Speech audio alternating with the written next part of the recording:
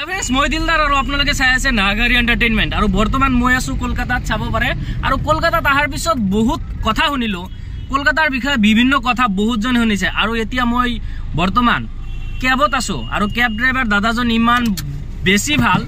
তেওঁৰ লগত মই কথা পাতিলো তেওঁৰ লগত বিভিন্ন কথাবিলাক আলোচনা কৰিলো আলোচনা কৰাৰ পিছত কলকাতা সম্বন্ধে বিভিন্ন কথাবিলাক সুধিলো যে এটা কথা নিশ্চয় আপোনালোকে শুনিছে বা ময়ো শুনিছো আপোনালোকে শুনিছে হাওৰা ব্ৰিজ আছে সেই হাওৰা ব্ৰিজখন দিনৰ 12টা বজাত এবং আৰু ৰাতি 12টা বজাত মানে বন্ধ কৰি দিয়ে তাৰ কাৰণটো হল যিসকলে হাওৰা ব্ৰিজ বনাইছিল তেওঁলোকে কৈছিল যে যদি হাওৰা ব্ৰিজখন ভাঙি যায় তেতিয়াহলে মানে 12টা বজাত ভাঙিব কিন্তু কোৱা নাছিল যে দিনৰ 12টা নে ৰাতি 12টা এই নিউজটো নিশ্চয় আপোনালোকে ইউটিউবত হওক বা নিউজত হওক বা বিভিন্ন মানুহৰ মুখত শুনিছে এই কথাটো কিমান দূৰ সঁচা এই সম্বন্ধে আমাৰ দাদা first welcome to my channel নমস্কার আচ্ছা দাদা ফার্স্ট আপনার নাম কি আমার নাম রামানন্দ রয় আচ্ছা দাদার এটা চ্যানেল আছে চ্যানেলটো আপোনালোক সকলে চাব চ্যানেলটাৰ নাম রামানন্দ 91 রামানন্দ 91 আমি মই ডেসক্রিপশনত লিংকটো দি দিম আপোনালোকে চাব দাদা এই যে হাওড়া ব্রিজ সম্বন্ধে যে নিউজটা এটা কথাখানি সত্য বা কেন হয়েছে এটা টোটালি মিথ্যে কথা বিভ্রান্ত করা লোকদের কিন্তু আমি কলকাতা ক্যাব ড্রাইভার রাত 12টা আর দিন 12টা আপনি টোটাল আপ ডাউন করতে পারেন এটা টোটালি মিথ্যে কথা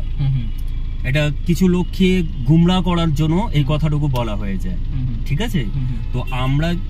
আপনারা যদি গুগলে সার্চ করেন বা কিছুতে তো টোটালি গুগলে অনেক কিছু আছে যেটা ভুল ধারণা মানুষের কিন্তু আমি কলকাতার বাসিন্দা ছোট 18 বছর দিয়ে গাড়ি চালাচ্ছি 18 বছর ধরে কলকাতা রাত 12টা আর দিন 12টা কোনো সময় বন্ধ থাকে না কেন জামজট অসাধারণ হয়ে যাবে কলকাতা পুলিশ জামজট আড়ানোর জন্য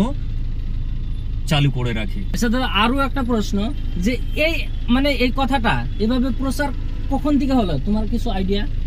যে এই 12টায় বন্ধ হবে যে নিউজগুলো বের হয় বা ইউটিউবে এই ভিডিওগুলো আছে এগুলো বেরোনোর কারণটা কি বা কোন জায়গা থেকে শুরু হয়েছে তুমি কিছু বলতে পারবে এগুলো ভুয়ো নিউজ এগুলো নিজের মানে চ্যানেলটাকে মানুষের কাছে পৌঁছানোর জন্য এগুলো কথাটুকু বলা হয় এগুলো ভুয়ো নিউজ অরিজিনাল কলকাতায় আসুন এই দাদা এসেছেন আজকে আমার গাড়ি বুক করেছেন ক্যাব রাইড করছেন তো আমার যতটা পারবো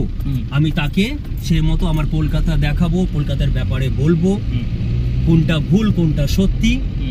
তো আপনারা দাদার চ্যানেলটাকে সাবস্ক্রাইব করবেন দাদার চ্যানেলটা হচ্ছে গিয়ে একদম A1 তো যেনক দাদাক এই মই পিছৰ ভিডিওটোত জানাম দাদা সুপার কবিতা বনাইছে নিজে বনাই কবিতা একদম সুপার মানে শুনিলে